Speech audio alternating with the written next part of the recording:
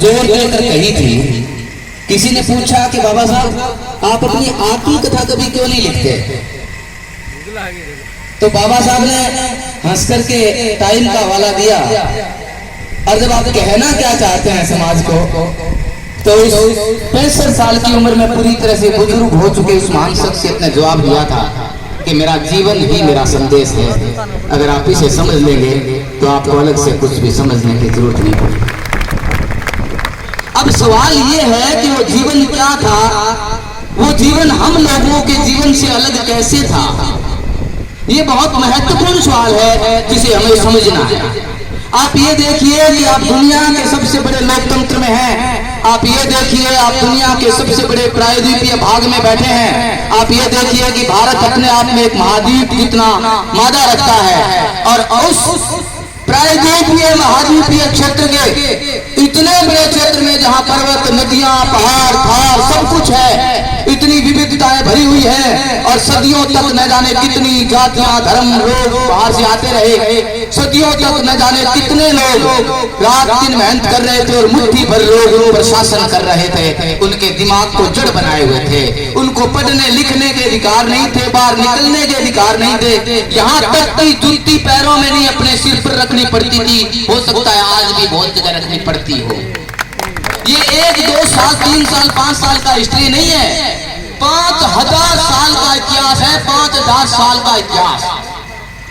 आप कल्पना नहीं कर सकते उस जीवन की कि जब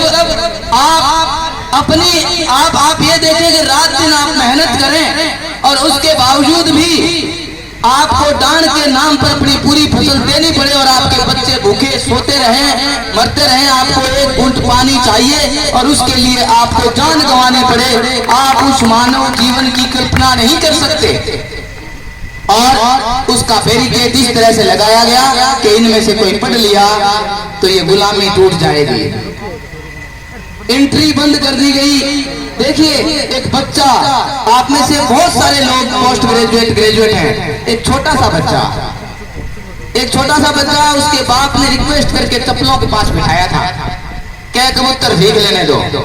किसे पता था कि वो इतनी बड़ी इबारत लिख देगा कि 70 साल बाद हर गांव, हर ढाणी में हजारों लोग इकट्ठे होंगे उस महान शख्सियत को याद करने के लिए। आप देखिए एक आदमी वहां से चप्पलों के पास से बैठ करके सीखना शुरू करता है, और सीखते सीखते सीखते दुनिया की टॉप 5 यूनिवर्सिटियों में पढ़ के आता है, संविधान सभा के अंदर जाता है। भारत की आधी आबादी, आप सामने महिलाएं देख रहे हैं ना, एक एसडीएम एक चेयरमैन है, आप यहाँ देख रहे हैं ना बहुत सारी महिलाएं, मेरे साथ मेरी पत्नी आई है। आप उस आधी आबादी की कल्पना नहीं कर सकते थे कि वो सड़क पर बाहर निकल भी सकती थी। यहाँ तक घूंघट, कोई संपत्ति में अधिकार नहीं, कोई बोलने का अधिकार नहीं। डॉक्टर बाबा साहेब अम्बेडकर उसने सबसे पहले उस आधी आबादी की आजादी लिखी, सबके लिए स्कूल के गेट खोले, सबको आजादी दी, बराबरी दी। आज जिस शख्सियत की हम जयंती मना रहे हैं, उस शख्सियत ने अपनी 65 साल का एक एक पल आपके लिए दिया है, आपके लिए दिया है। इसलिए दिया है ताकि आप आराम से सांस ले सकें, ताकि आप आजादी की सांस ले सकें, ताकि आपसे पानी पिलाते वक्त आपसे कोई जाति ना पूछे, ताकि आप जब स्कूल में जाएं तो कोई ये ना कहे कि तुम्हें हाथ लगाने के से हम अपवित्र होते हैं, बाहर हो जाओ। इस बात के लिए उस आदमी ने एक एक पल जिया था, और इस सब के पीछे सबसे बड़ा भला था पूरे भारत राष्ट्र का, उसकी एकता का, उसकी अखंडता का, उसके मूल्यों का, और उससे भी बड़ा था मानवाधिकारों का। अब सवाल ये रहेगा, हमेशा रहेगा कि हम हमेशा अतीत याद करते रहेंगे, कि हम उसकी बात करेंगे कि हम करना क्या चाहते हैं। मुझे कोई गुरेज नहीं है ये कहने में कि हम वो लोग हैं कि बाबा रामदेव ने हमें कहा था कि मूर्ति पूजा मत करना, हमने कहा सबसे पहले इसी की करो। We are the people, हम वो लोग। अच्छा, अभी मैं सोच रहा था पिछले 2 साल में बहुत सारे गांव में बाबा साहब के स्टेच्यूज बनाए गए, मूर्तियां लगाई गई। एक मूर्ति 1 लाख 2 लाख रुपए की लगी, फिर जलसा हुआ, 2 लाख रुपए खर्चा हुआ, फिर उसमें से 10% मूर्तियां टूटी, फिर आंदोलन हुए, फिर उन पर स्थगन हुए, फिर धरने पड़े। मैं सोच रहा था अंबेडकर इस पर क्या कहते हैं। मैं आपको कहना चाहूंगा कि अंबेडकर इस पर क्या कहते हैं। डॉक्टर अंबेडकर, ये बात तब की है जब डॉक्टर अंबेडकर लंदन में पढ़ रहे थे और भारत की एक बहुत बड़ी शख्सियत जो मुंबई में रहती थी उनका देहांत हो गया। नाम था फिरोज शाह मेहता। फिरोज शाह मेहता बहुत विद्वान व्यक्ति थे। डॉक्टर बाबा साहब अंबेडकर उनसे बड़े प्रभावित थे। एक दिन बाबा साहब अंबेडकर के निगाह में आया कि किसी अखबार की एक खबर थी।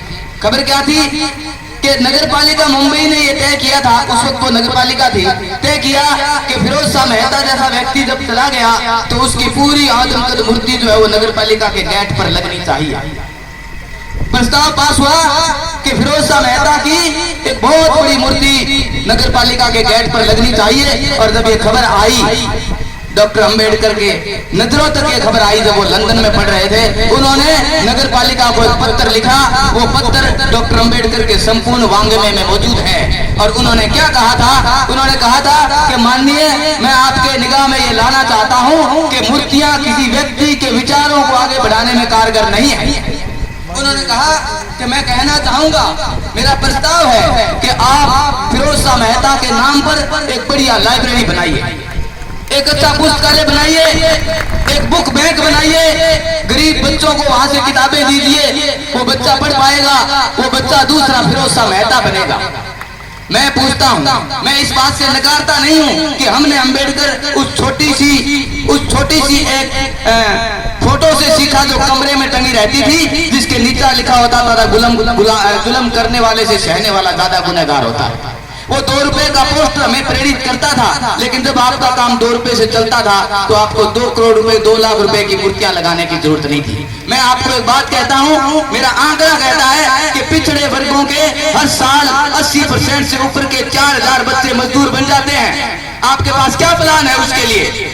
अगर आप राजस्थान के पिछले 10 साल की मूर्तियों का स्टडी करें, अध्ययन करें और फिर जोड़िए उनका खर्चा, उनके ऊपर उनके स्टेचू लगाने का खर्चा जोड़िए, उनके ऊपर आयोजनों का खर्चा जोड़िए, तो आप पाएंगे कि आप अब तक 10 यूनिवर्सिटी बना देते, प्रत्येक यूनिवर्सिटी प्रोफेसर बना देती, एसडीएम बना देती, डीएसपी बना देती, पता नहीं कितने लोग आपके रक्षक बना देते, किलेदार बना देते, जिसकी बाबा साहब अंबेडकर जरूर समझते थे। मैं आपको एक बात और कहना चाहता हूँ, हिस्ट्री के जो विद्यार्थी हैं, जो इतिहास के विद्यार्थी हैं, वो इस बात को जानते हैं कि सम्राट अशोक के बहुत से शिलालेख अभी तक पढ़े नहीं गए हैं। बहुत सारे शिलालेख अभी भी ऐसे हैं जो पढ़े नहीं गए। मैं आपसे कह रहा हूँ ये बात इसलिए, आप प्रतीक गढ़िए, लेकिन उन प्रतीकों को पढ़ने की जुगत अगली पीढ़ी को दीजिए, नहीं तो उसके बाद एक समय आएगा जब आपके स्टेच्यूज पड़े रह जाएंगे, लोग जानेंगे नहीं ये था कौन। आप अगर ये चाहते हैं कि अगली पीढ़ी जाने के था कौन, तो उसके विद्वान बनाइए। मुझे किसी ने एक बार कहा था कि दुनिया की सारी कुरान शरीफ अगर नष्ट कर दी जाए ना भाई साहब, तब भी हम कुरान शरीफ दोबारा चुटकियों में लिख देंगे। मैंने कहा कैसे? कि हमें याद है, उनको अपने मूल्य याद है, इस प्रतिबद्धता की हमें जरूरत है। तो मैं ये कहना चाहूंगा, जोर दे करके कहना चाहूंगा, लाइब्रेरीज बनाइए। जैसे कर्नल बेंसला कहते हैं, शिक्षित माँ कर्ज मुक्त समाज, हर शहर हर गांव में लाइब्रेरी, स्कूल और संस्थानों पर जोर देता हूं मैं, संस्थान बनाइए। सबसे बड़ी वजह है इसकी मैं आपको बता दूं कि दुनिया में